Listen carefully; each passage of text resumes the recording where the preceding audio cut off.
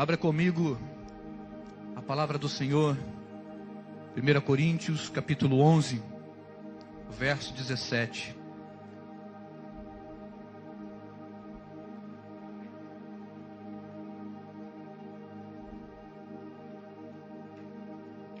Nós vamos falar e ministrar sobre algo que já a igreja conhece muito bem. E hoje eu gostaria de externar um pouquinho, explicar um pouquinho sobre isso, numa forma de ensinamento, numa forma de entendimento para a igreja de Cristo. E o Senhor Jesus já está operando em nosso meio, irmãos. Sim, e Ele está trabalhando em algo crucial na nossa vida, sabe aonde? Na nossa consciência.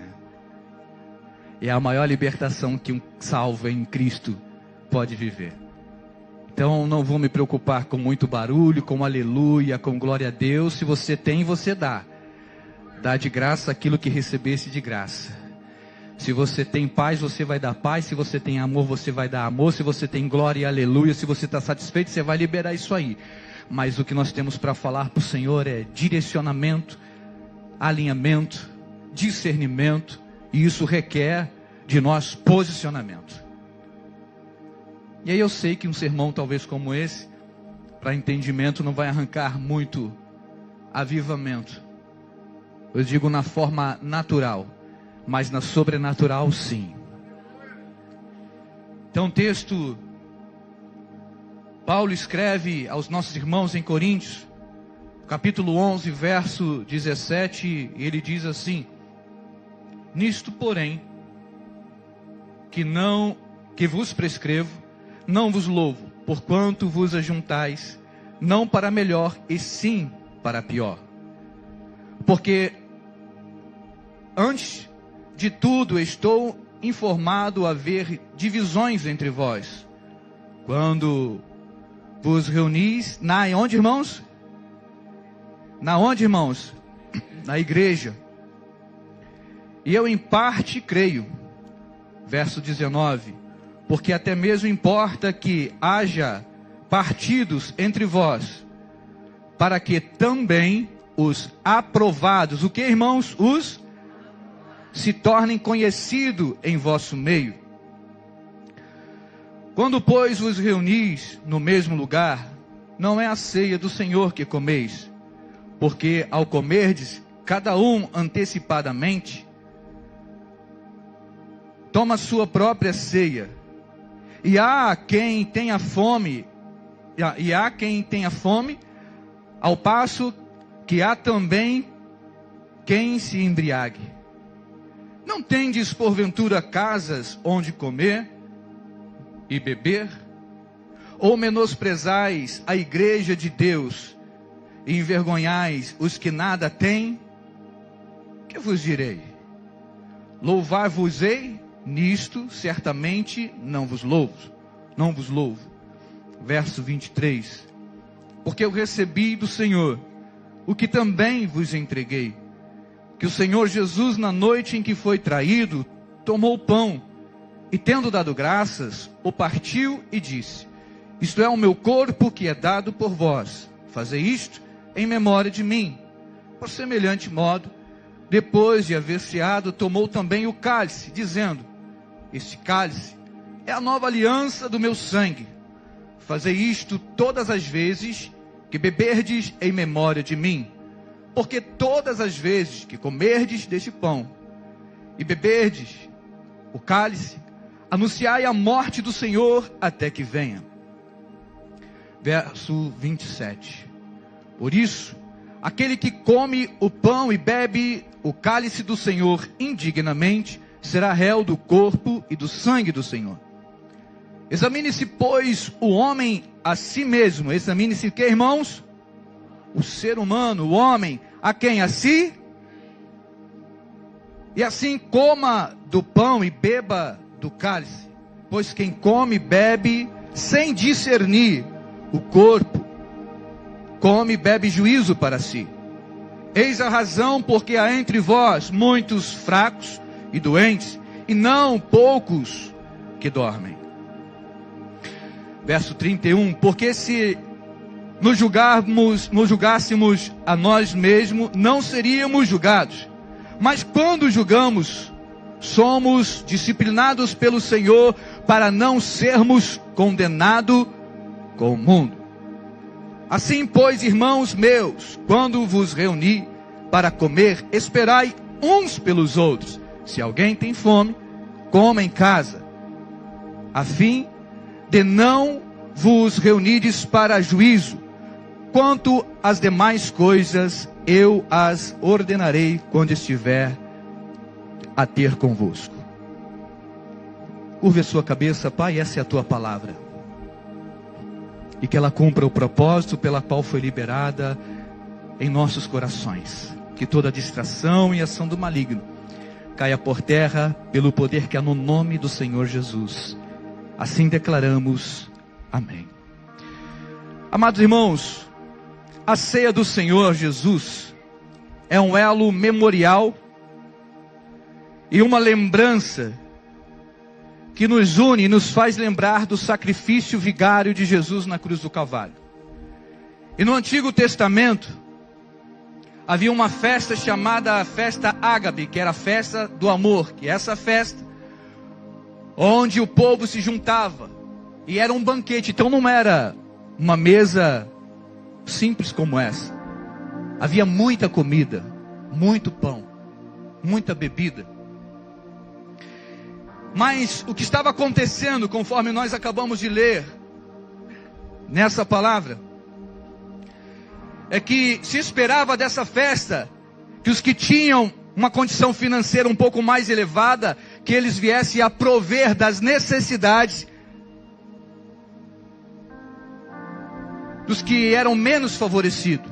Ou seja, os que tinham uma condição financeira um pouco a mais, nunca deixassem de prover a mesa. Ou seja, no meio daquela comunidade havia algo combinado em relação a essa festa, para que houvesse não só um ajuntamento, mas lembrasse que era também um memorial, a ceia do Senhor. Muito bem. Só que o que estava acontecendo com os nossos irmãos em Coríntios era que os ricos comiam demais, bebiam demais, quanto os pobres nem conseguiam chegar à mesa. E o que já estava acontecendo era que nessa reunião, em vez de ter união, já estava havendo o que? Preconceito. A irmandade não estava sendo formada. Pelo contrário, havia divisões. E o que era para ser para louvor e glória, estava sendo para discórdia. Por isso o apóstolo Paulo começa a dizer que nesse tipo de reunião, não estava sendo louvável, não estava glorificando o nome de Deus. E isso não só nesse encontro, e ele diz muito bem que na igreja, sobre facções, dissensões, mas ele continua externando, dizendo, é até lícito que isso aconteça para que os da fé se manifestem, para que aqueles que são aprovados em Deus se levantem. E a gente começa a entender que o Senhor vai apertar o mundo, o Brasil, para que eu e você se posicione na terra. O Senhor vai começar a apertar cada vez mais para que a gente se posicione. Para que a gente levante uma voz. Você é um aprovado ao Senhor, você foi chamado pelo Senhor. Pois bem, o que nós vamos fazer com tudo aquilo que foi delegado à nossa vida, com tudo aquilo que foi confiado em nós? Amados irmãos, é preciso despertar isso em nossa vida, o entendimento. Como assim foi ministrado por Paulo aos nossos irmãos em Coríntios. O que Jesus entregou ao apóstolo Paulo, ele começa a dizer o que eu recebi do Senhor, o que eu vou entregar agora para vocês no entendimento, no ensinamento. E agora, irmãos, dentro disso tudo, uma das falas que Paulo começa a narrar é a própria fala do Senhor Jesus, do verso 23, 24 em diante. E a maior demonstração do amor feita por Jesus acontece em um momento da maior demonstração de maldade também contra a vida do nosso Senhor Jesus Cristo. E do que eu estou falando? Da traição do Judas. Um daqueles que sentou à mesa, caminhou, viu milagres, estava no momento de oração quando Jesus orava, quando Jesus expulsava os demônios, caminhou com Cristo, sabia como funcionava, teve responsabilidade de cuidar da bolsa, cuidar do dinheiro, dos valores, de servir aos pobres, aos necessitados. Mas os estudos vão dizer que ele era ladrão, Judas era enganador.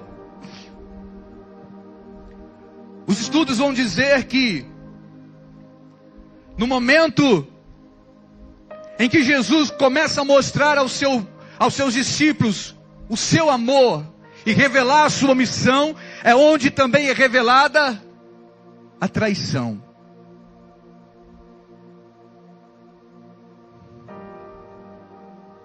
E é justamente aqui em que nós começamos a ter o entendimento desse ensinamento. Que diz assim, e é no verso 23 e o 24. Jesus, na noite que foi traído, Jesus, na noite em que foi traído, ele finaliza um ritual e ele inicia um memorial. Justamente nessa fase, nessa etapa, em que Jesus está mostrando o seu imenso amor, está mostrando a sua entrega pelo seu povo, cumprindo o mandamento de seu Pai, o mandamento de Deus. Nesse momento em que ele começa a mostrar que era necessário agora o povo olhar para ele e tê-lo como sacrifício perfeito, ele começa agora em Cristo Jesus, ele começa a quebrar o ritual que antigamente era feito através de animais. Sacrifícios para a remissão do pecado do homem. Agora não mais, agora sim, Jesus, o sacrifício perfeito. Ele agora começa a mostrar o memorial. Ritual, ele é o que, irmãos? Ritual é o ato de cumprir um mandamento, um rito, uma obrigação, ou seja, cumprir regras.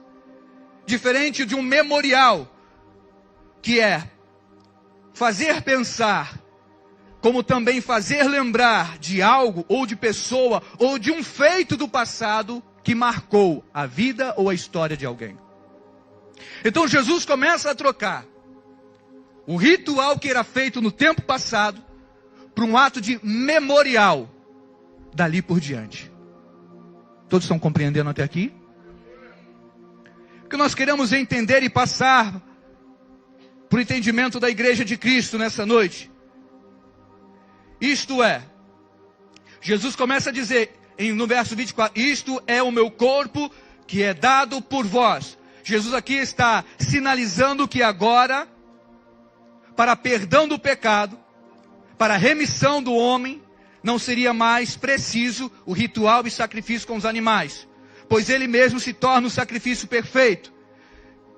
E o que isso nos apresenta é que nesse momento, na noite de amargura de Jesus, ele estabelece nessa noite, ele inaugura nessa noite, em que ele foi traído, em que ele parte o pão, dizendo, esse pão agora é o meu corpo que é partido. Ele dá início agora, ele inaugura a nova aliança. Ele inaugura um novo feito, um entendimento, um a mais, algo porque ele veio para cumprir tudo o que fora dito pelos profetas. E agora, depois de ter cumprido tudo, ele inicia uma nova etapa na vida cristã. Ele inicia uma nova etapa para a nossa vida, para o nosso entendimento, inaugurando a nova aliança, como está no verso 25. Porque semelhante modo, depois de haver ceado, tomou também o cálice, dizendo, este cálice é a nova aliança do meu sangue, fazer isto todas as vezes que beberdes em memória de mim. Ou seja, Jesus está deixando bem claro que através das Escrituras, que o ir para a cruz não foi obra do acaso, mas foi obediência em se entregar por um propósito. O ir para a cruz de Jesus não foi porque as 30 moedas de prata que Judas lançou foi mais forte do que aquilo que ele veio fazer. Então não foi pela ação de Judas, mas pelo poder de Cristo ao se entregar por amor a mim, por amor a ti. O que a palavra nos ensina em João 3:16, 17, é texto áureo, né? A gente costuma dizer isso, é o texto áureo da Bíblia. Porque Deus amou o mundo de tal maneira que deu o seu Filho unigênito, para que todo aquele que nele crê não pereça, mas tenha vida eterna. Deus amou o mundo de tal maneira que fez o quê? Deu o seu Filho. Ele deu. Ninguém o tomou. Ele deu. Ninguém o tomou. Jesus se entregou. Ninguém o tomou. Estão entendendo isso? Verso 18 de João, capítulo 3, aliás 17, diz assim: porquanto Deus enviou o seu Filho ao mundo, não para que julgasse o mundo, mas para que o mundo fosse salvo por ele. Essa era a vontade de Deus. Esse é o desígnio de Deus sobre as nossas vidas. Isso foi revelado na pessoa do nosso Senhor e Salvador Jesus Cristo. A graça de Deus está no favor do Filho. A graça de Deus que nos é dada hoje está através do favor que o Filho fez. Qual? Ele nos amou primeiro. Ele nos amou primeiro. Deus amou o mundo, a sua criação. Cristo amou a mim e a você. A imagem e semelhança do Deus vivo, imutável. Bendito seja o nome do Senhor. E por isso o próprio Senhor Jesus Cristo, Ele está enfatizando em dizer: fazer isso em memória de mim. Agora aquilo que era um rito, aquilo que era sacrifício, aquilo que era para fazer obrigatoriamente, porque era uma tradição, agora Ele está requerendo o quê? Lembrem daquilo que eu fiz por vocês. Tragam à memória tudo que eu já fiz por amor. Mas sabe o que acontece no decorrer da nossa história e da nossa vida? Porque esse amor que Deus tem para com os homens é imutável. Ele não muda. E o problema todo é que o nosso amor para com Deus, esse muda. Da parte de lá, dos céus para cá, está tudo certo. Ele não muda. Mas da parte daqui para lá, muda. Tem falha. Como isso, pastor? Me explica. Dentro do nosso próprio relacionamento, a gente esfria. A gente muda. A gente peca. Dentro do nosso próprio relacionamento, a gente deixa passar coisas que não deveria. Dentro do nosso próprio relacionamento conjugal, a gente deixa de ser fiel àquilo que prometemos diante do altar e das testemunhas. Então o que nós queremos passar com a ideia é: precisamos lembrar desse sacrifício de Jesus. Precisamos amar os feitos de Jesus. Precisamos entender que nesse memorial, alguém morreu, alguém pagou um preço que eu não podia pagar. Alguém fez algo por mim, sem ao menos eu merecer. Nós nem éramos nascidos quando Jesus derramou na cruz do Calvário todo o seu sangue, por amor a mim, por amor a você. E o que Ele requer de nós? Foi dito aqui no nosso aniversário: o melhor? O melhor? O melhor de cada um de vós? Não. O que Ele quer de vocês? O que Ele quer de vocês? Tudo. Porque Ele não foi pela metade para o madeiro. Ele foi inteiro. E a palavra diz que Ele verteu todo o seu sangue na cruz do Calvário. O sangue que nos lava, nos purifica, vem nos remir de todo o pecado. Mas o poder desse sangue e o poder do nome de Jesus, ele faz efeito e continua fazendo, mas para quem? Para quem confia, para quem acredita, para quem o aceita, para quem o recebe, para quem convive, para quem compartilha, para quem se relaciona com ele, sem segundas intenções, sem interesse de ser beneficiado só pela graça de querer andar na rua de ouro. Não, quero para lá, que lá o ouro é melhor, vale mais. Não. Só pelo entendimento do amor.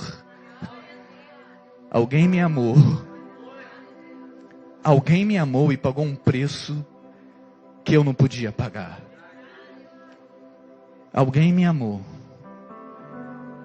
E o nome desse alguém é Jesus. Ele me amou. Me amou.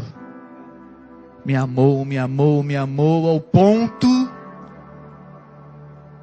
de que no momento quando ele vai para o Getsemane, ele chama 3 discípulos e fala assim: vamos comigo até ali, porque a minha alma está angustiada até a morte. E naquele momento em que ele era tanto Deus quanto homem, ele mostrou a sua natureza humana, dizendo: tem dor aqui? Eu tenho um coração de carne como o de vocês. Eu sei o que vai acontecer, eu sei por que eu vim. E eu amo a obra do meu Pai em fazê-la. Mas a carne que está aqui, ela está aflita pela dor e o sofrimento da cruz. Mas eu vou orar, vamos comigo orar. Jesus provoca isso em seus discípulos. Eles não conseguem viver aquele momento de vigília com Jesus. Mas Lucas vai relatar nos evangelhos que naquele momento em que ele começa a chorar e a clamar, diz que o seu suor se transformara em grandes gotas de sangue. Você imagina a agonia do Cristo, o Filho de Deus. Você começa a imaginar, meu Deus, como ele insistiu, como ele foi fiel até o fim. Ele poderia ali, porque era homem natural, dizer: eu não quero mais. Ele bem o disse. Em um determinado momento ele disse: Pai, se possível, passa de mim esse cálice. Mas a narrativa do texto vai dizer que ele completa a frase dizendo assim: todavia não seja como eu queira, ou seja, a minha carne, as minhas vontades natural queira, mas sim a vontade do Senhor se cumpra em minha vida.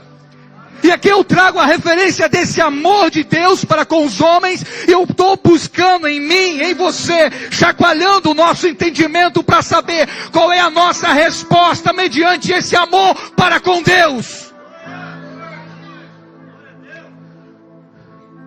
Qual é a minha resposta? Qual é a sua resposta ao Senhor Jesus? Porque ele, em agonia, sofrendo naquele momento, ele disse: passa de mim esse cálice, mas todavia não seja como eu queira, mas sim como tu queres. Sabe por que veio essa frase? Eu quero conjecturar com você. Eu acredito que nesse momento ele viu a mim e a você. Ele viu que valia a pena o sacrifício. Ele viu que era para remir os meus e os seus pecados. Seja feita a tua vontade. Sai Jesus daquele momento de agonia. Ele olha para os seus discípulos: vocês não podem velar, orar comigo, nem por algum momento? Mas eles estavam cansados. Porque é difícil na caminhada com Jesus. É difícil, sim. O cansaço vem.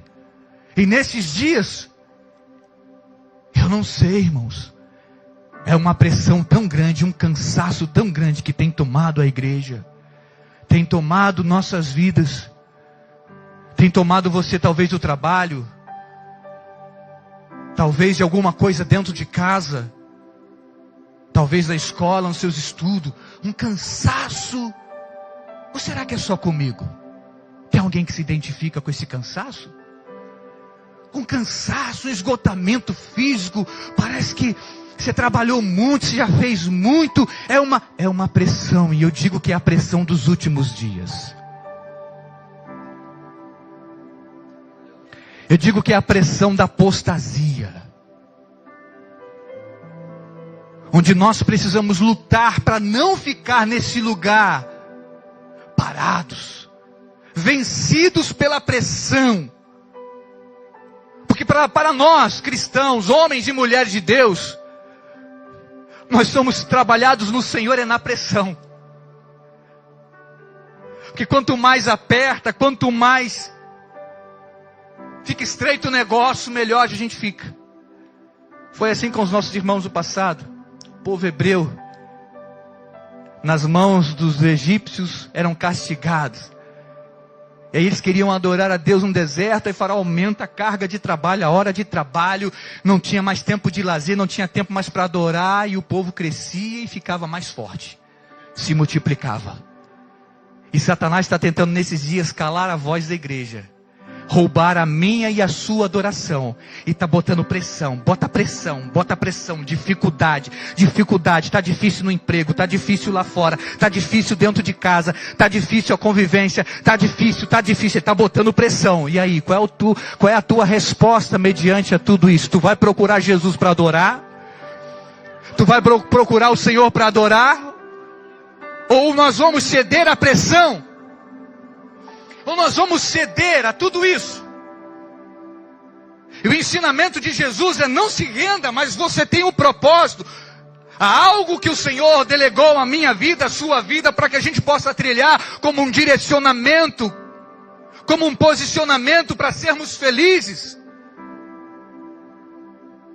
Mas como viver feliz em meio a essa pressão e essas dores? Como viver feliz no meio disso tudo? Como?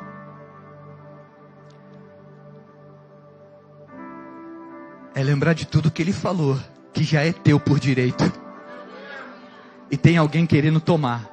Por isso que você é perseguido.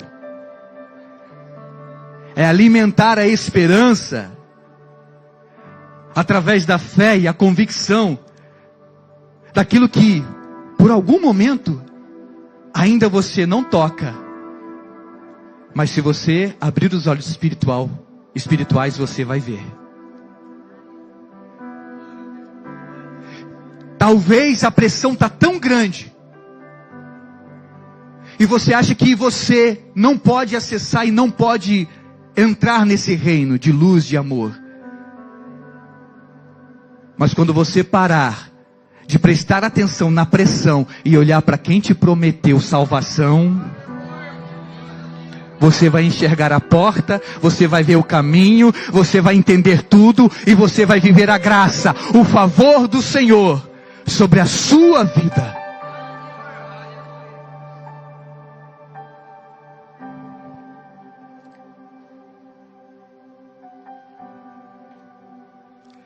Porque todas as vezes que comerdes desse pão e beberdes desse cálice, anunciai a morte do Senhor até que venha. Não basta só ler ou conhecer a palavra, é preciso apropriar-se dessa verdade. Jesus morreu por nós, sim ou não, igreja? Sim. Mas Ele hoje está vivo, sim ou não, igreja? E voltará para nos buscar, sim ou não, igreja? Sim, e perto está o dia do Senhor. Se não entendermos isso, nós vamos ficar parados, sofrendo o embate da pressão, da perseguição, quando na verdade é para entender que nós precisamos pegar esta palavra e se apoderar dela, de que Ele morreu por amor a mim, por amor a você, para que possamos ter essa vida de alegria, de abundância, de salvação, de libertação. É como se estivesse, irmãos, eu falo de apropriarmos dele, é como se a gente estivesse dentro de uma farmácia. Você está passando mal, está dentro de uma farmácia, mas você não toma posse de nenhum medicamento. Ou como se você estivesse diante de uma grande geladeira muito farta e você estivesse de frente a ela e dissesse assim: eu estou com fome e sede, mas você não abre a porta para se servir. O que eu quero dizer é que Jesus está à frente, Jesus está diante de ti, de braços abertos, mostrando que o sacrifício maior já foi feito. Não precisa fazer sacrifício como no tempo passado, os rituais, mas é preciso hoje entender na sua mente e lembrar desse memorial que hoje é apresentado aqui nesse lugar, que Ele vive e reina dentro de nós agora. E através desse memorial é o acesso que eu e você nós temos para abrir essa porta, ou para pegar esse medicamento, para pegar algo que vai curar e saciar a nossa vida. A fome que você tem é por Jesus. A sede que você tem também é por Jesus. A dor que está em sua vida é falta de Jesus. Talvez Jesus não atingiu a primazia de tudo dentro de você. Como nós falamos aqui, Jesus não quer o seu melhor, Ele quer o seu tudo. E às vezes nessa caminhada, irmãos, a gente ainda não levantou um altar para Jesus. A gente vem aqui, constrói humanamente um púlpito, um altar de adoração. E aqui a gente canta, ora, por um momento.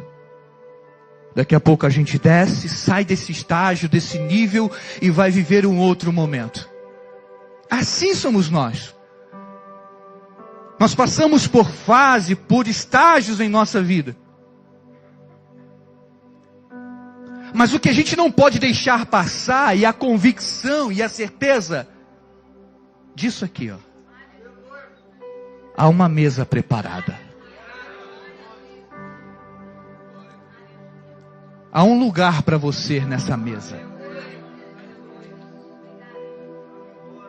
O preço já foi pago por você nessa mesa. E sabe o que falta? É você decidir. É você querer. É você aceitar. E a gente tem mania de não aceitar. E de não nos aceitar também. É uma culpa. É um complexo de inferioridade. É uma ação do maligno que nos faz assim. Com o pastor Silva vai dar certo, com a Márcia. Não, já são da igreja muito. Tem Marquinhos, meu Deus do céu. Um obreiro de valor, vai dar certo. Mas comigo não é assim. Eu sempre fui o patinho feio da lagoa. Não. Com você vai dar certo. Você só precisa acreditar. Você só precisa se permitir. Você só precisa se entregar. O que nós precisamos nesses dias, o que a gente precisa depois de tudo que a gente já ouviu, da palavra de decisão, de ter o bom ânimo, de permanecer, é levar adiante esse memorial e não um ritual. Pare de vir à igreja para bater cartão. Pare de vir à casa do Senhor só porque você hoje fez frio, está chovendo, não dá para ir para o shopping, não dá para ir para a praia. Não, pare com isso, porque não tem outro lugar para ir, eu vou para a igreja assim mesmo, ou porque eu preciso receber um passe, ou porque eu preciso, não é porque a mulher encheu o saco, o marido encheu o saco, eu vou para a igreja que tem nada para fazer. Pare com isso. Venha porque você ama Jesus. Venha porque você entendeu o porquê de estar aqui. Entenda o porquê desse relacionamento, do sentar à mesa, do partir o pão, de dizer, eu tenho comunhão, eu faço parte dessa história, eu faço parte desse negócio chamado Projeto Salvação.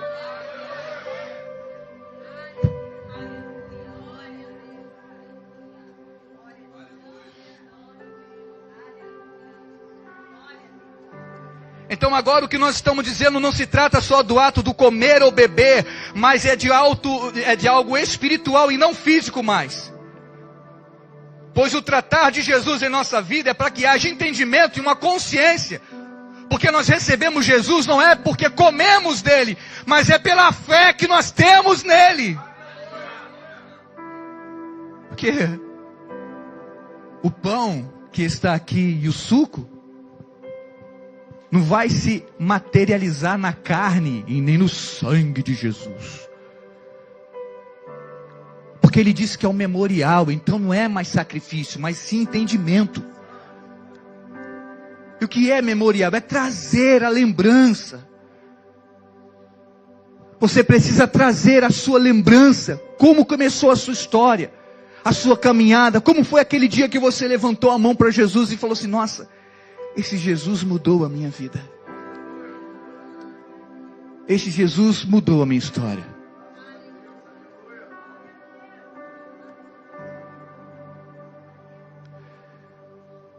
Tem alguns relatos da Bíblia que você vai ver Jesus curando pessoas e elas seguindo Jesus. Tem alguns relatos da Bíblia que você vai ver Jesus curando e falando assim: vá em paz e não peques mais, e as pessoas vão embora. Então não é o fato de estar na igreja que você está seguindo a Jesus. É o fato de receber em seu coração e continuar a sua vida em devoção a Ele. Então não é a igreja que salva, é Cristo que salva. Aqui é só um lugar de reunião, onde todos estamos no mesmo propósito, para adquirir força.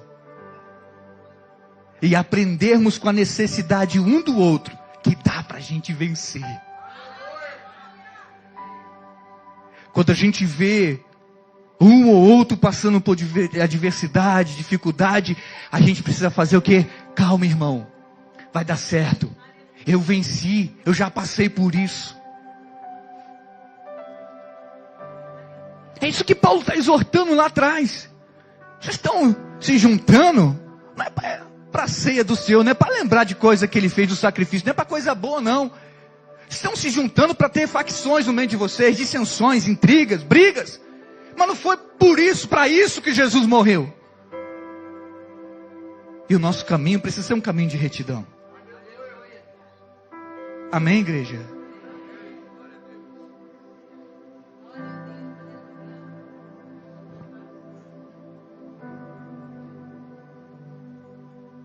O apóstolo Paulo aqui nos ensina que o comer do pão e o beber do cálice, no verso 27, que ele diz aqui: por isso, aquele que come do pão e bebe do cálice do Senhor indignamente será réu do corpo e do sangue do Senhor. Nossa, o que isso quer dizer, pastor? Que aquele que come do pão e bebe do cálice do Senhor indignamente é aquela pessoa que é desonesta, maliciosa, que não tem compromisso com Deus, que faz pouco caso da memória do Senhor. É o tipo de pessoa que não faz distinção do santo e do profano. Para ele tanto faz como tanto fez, ele quer ir com a galera. Então esse tipo de pessoa se torna réu do corpo de Cristo. Mas no verso 28, examine-se pois a si mesmo. O que isso quer dizer para mim e para você? É o entender que eu posso cear. Examine-se pois o homem a si mesmo. Então não sou eu que tenho que examinar você. Não é eu que tenho que estender o dedão e julgar você, condenar você. Não. Examine-se, pois, cada um a si mesmo. Eu não posso deixar de cear, irmão, porque pequei. Como que é isso, pastor? Porque a ceia é um memorial. Ela não é para limpar você do pecado. Ela é para te trazer da comunhão. Pastor, eu vou deixar de cear porque eu estou triste. Ué, e quem disse que você não pode cear? É agora que você deve cear, para deixar de ficar triste. Porque é comunhão, é família, está dentro, não é para estar fora. Pastor, mas espera aí, você está falando que... Então se a pessoa estiver em pecado... Espera aí, eu vou te explicar isso aí. Eu preciso entender que ao passo que eu estou ceando, eu estou em comunhão com Deus. E quando eu deixo de cear, porque eu estou na prática do pecado, aí está tudo bem. Eu entendo que eu não estou pronto, eu estou escandalizando, envergonhando o meu Senhor. Agora eu pequei, aconteceu, eu me arrependi, eu estou realmente entregue, não vou cear? Não, não é isso que a palavra ensina. Não é isso. Então a gente precisa entender a palavra do Senhor do jeito que o Espírito está nos ensinando nesse lugar. E a instrução do Senhor é: tenha comunhão comigo. Tenha comunhão no sentar na mesa, no partir do pão. Mas infelizmente, irmãos, nós temos o hábito de julgar terrivelmente a vida do outro. E apontamos, levantamos a mão cheia de dedo e apontamos: ó, o fulano não pode, o Betano não pode, quando na verdade a gente não olha para dentro de si mesmo e diz: será que eu posso?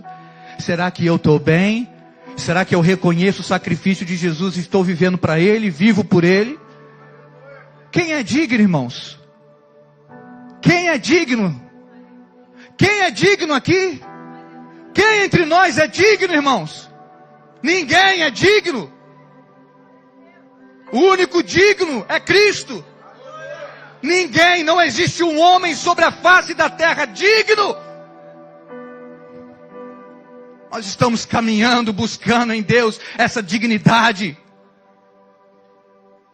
Por isso todos os dias você precisa alimentar o seu lado espiritual e emocional para não cair. Porque todo dia é um embate, é uma luta. Satanás não brinca de ser diabo. Nosso adversário não brinca de matar, de destruir, ele não brinca. E o pior de tudo é que nós é que brincamos. Brincamos de ser crente. Brincamos de estar no caminho. Brincamos de seguir a Deus, de servir. Fazemos as coisas pela metade. E achamos que está bom. Não é assim, você precisa parar com isso. E às vezes é coisa não começou nem espiritualmente. É o hábito da pessoa. De sempre fazer tudo pela metade. E aí Satanás olha para aquele aqui que eu vou trabalhar na vida dele. Ele é preguiçoso. Ela é preguiçosa. Tudo é pela metade. Eu vou trabalhar aqui. Aqui que eu pego eles.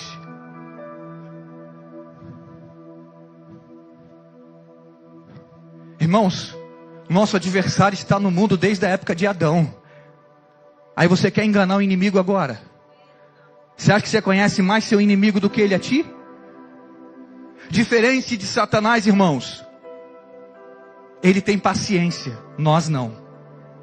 Hoje a geração da ansiedade. Todo mundo no psicólogo.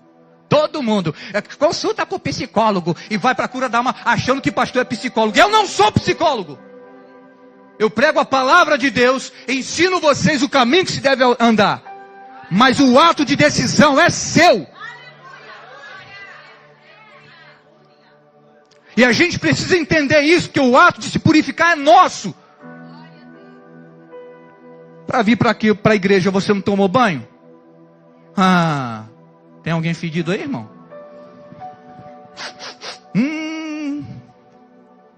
Talvez na carne não, mas no espírito.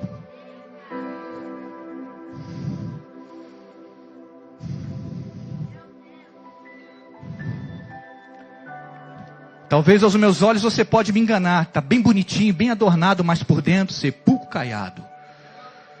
Aos olhos do Senhor você não engana. A gente não alimenta a carne, a gente não lava ela, não purifica ela. E por que o estado emocional não?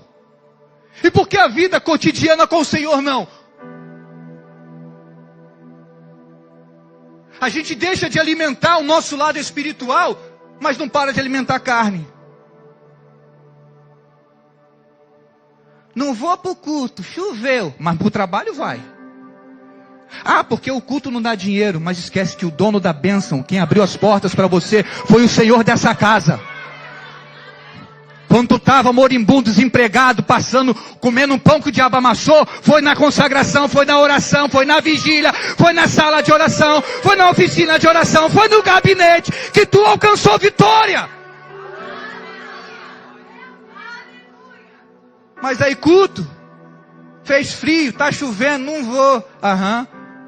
E aí para o céu é a mesma coisa, né? Então Deus pode também mudar a seu respeito. Ele pode mudar a seu respeito, não pode? Já que você também muda. Graças a Deus Ele não muda. Ele é imutável. Nós erramos, nós pecamos, mas Ele não. Por isso é o favor de Deus. Por isso a graça. Por isso nós estamos falando, não despreze a graça, irmãos. Nós precisamos nesse tempo presente parar de desprezar a graça. O favor de Deus, o amor de Deus por mim e por você. E a gente troca Jesus por qualquer coisa. A gente deixa a mesa da comunhão por qualquer coisa. A gente deixa de falar a verdade, a fidelidade por qualquer coisa. O Senhor está nos chamando à responsabilidade hoje. E ao entendimento de fidelidade. Bendito seja o nome do Senhor. Bendito seja o nome do Senhor.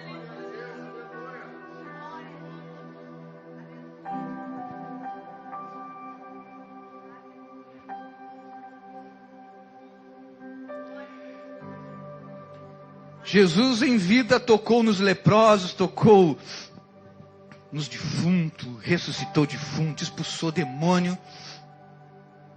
Aí agora que Ele está nos céus e deixou uma palavra: eis que estarei convosco todos os dias até a consumação do século. Envio a vocês o Consolador, que vai lembrar vocês de tudo que eu disse. Ele vai incentivar vocês a permanecer no caminho, a não fazer as coisas erradas. Viu aquela coisinha, aquela dorzinha na consciência? Sai daí, não faz isso, tu errou, tu pecou, te arrepende. É o Espírito Santo, é o Espírito de amor e bondade, te lembrando quem você é e onde você deve andar.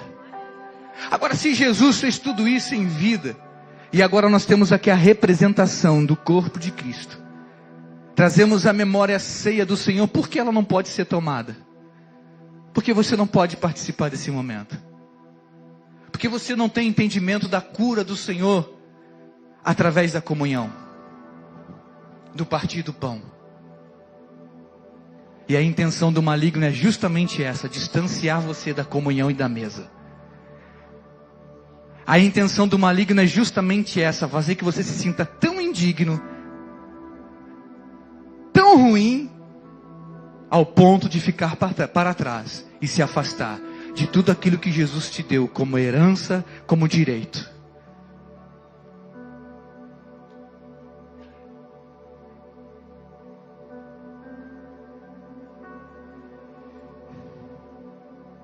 Cear, irmãos, é trazer Jesus para dentro.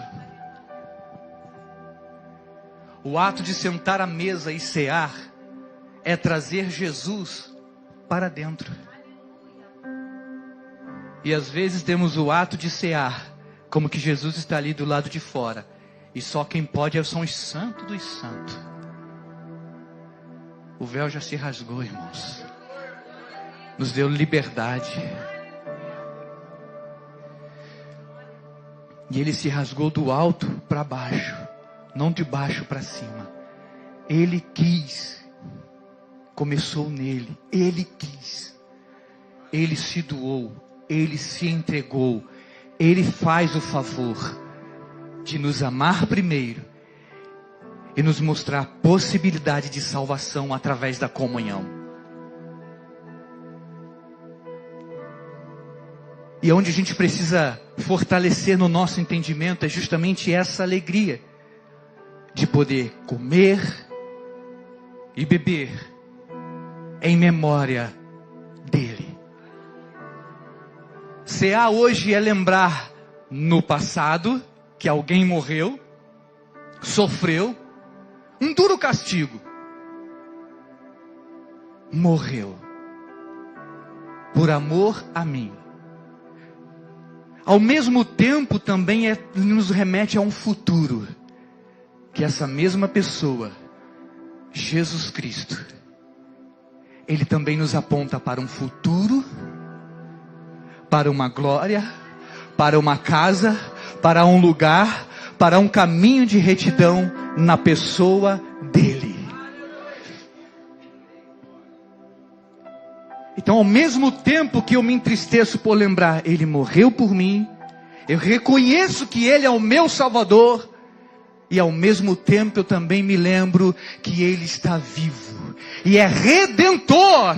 Ele não está morto, Ele está vivo, e reina para todo sempre, e me deu o direito de salvação, de sentar à mesa, e ser chamado de Filho de Deus. Ele nos deu direito. Por isso, o apóstolo Paulo está dizendo: examine-se, pois, o homem a si mesmo, e coma do pão e beba do cálice. Pois quem come e bebe sem discernir, ou seja, sem entender esse ambiente, come e bebe juízo para si, porque não está em discernir o que está vivendo. Está solto como uma folha seca no chão. O vento leva para qualquer lado. Por isso ele diz assim no verso 30, eis a razão, porque há entre vós muitos fracos, doentes, não poucos que dormem. Porque se nós julgássemos a nós mesmos, não seríamos julgados. Então o ato não é você e eu julgarmos pessoas, ou condenar pessoas pelo seu jeito de vida, pelo que elas fazem, mas é olhar para dentro de nós e saber como que está a nossa construção na pessoa do nosso Senhor e Salvador Jesus Cristo. Quem eu sou nele, quem Ele é em mim.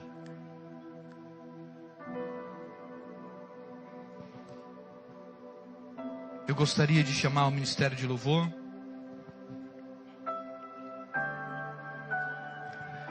O que nós queremos com esse sermão, irmãos, é que você entenda e reconheça o favor de Deus sobre a sua vida, não desprezando a graça do Senhor sobre a sua casa, sobre a sua família, sobre o seu ministério, sobre tudo que o Senhor confiou em suas mãos para viver e para fazer. Não despreze esse amor de Deus. Esteja convicto daquilo que Ele te chamou. E pare de se reprovar e mutilar o seu próprio pensamento. Porque essa é a intenção de Satanás.